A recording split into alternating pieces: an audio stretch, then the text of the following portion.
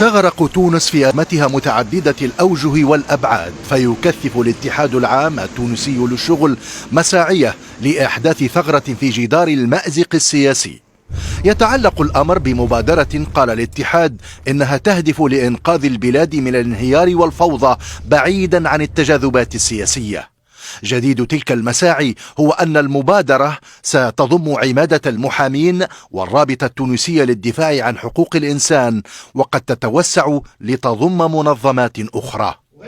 الأمين العام للمنظمة النقابية نور الدين الطبوبي أوضح أن مبادرة الاتحاد لن تكون على حساب أي طرف، لكنه حرص على تأكيد أن الاتحاد لن يسمح للسلطة والمعارضة بالتلاعب بالبلاد التي قال إنها تعاني 4 مشاكل أساسية: قانونية ودستورية واقتصادية واجتماعية. كما اعتبر الطبوبي أن الديمقراطية ليست صكا على بياض، وأن التونسيين فقدوا الثقة في الجميع. ورغم أسلوبها الهادئ تبدو تلك التصريحات موجهة ضمنا إلى الرئيس قيس سعيد وما سماها الطبوبي سياسة المراوغة التي ينتهجها.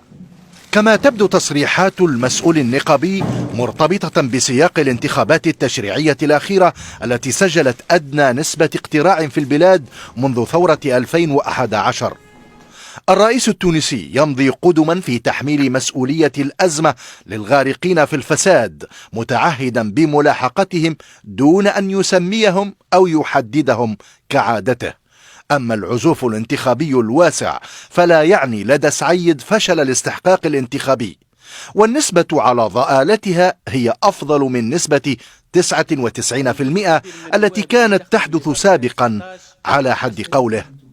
وبينما ترفع المعارضة السياسية نداءاتها للرئيس بالتنحي، تتزايد المخاوف في تونس من أن تلجأ السلطة إلى التصعيد ضد خصومها، استباقا لاحتمال أن ينفذ اتحاد الشغل تهديداته باحتلال الشوارع والدخول في إضرابات قطاعية واسعة تأكد منها حتى الآن إضراب قطاع النقل برا وبحرا وجوا يومي 25 و26 من يناير المقبل، وهي تواريخ مشحونة في الذاكرة التونسية بالدلالات والمعاني.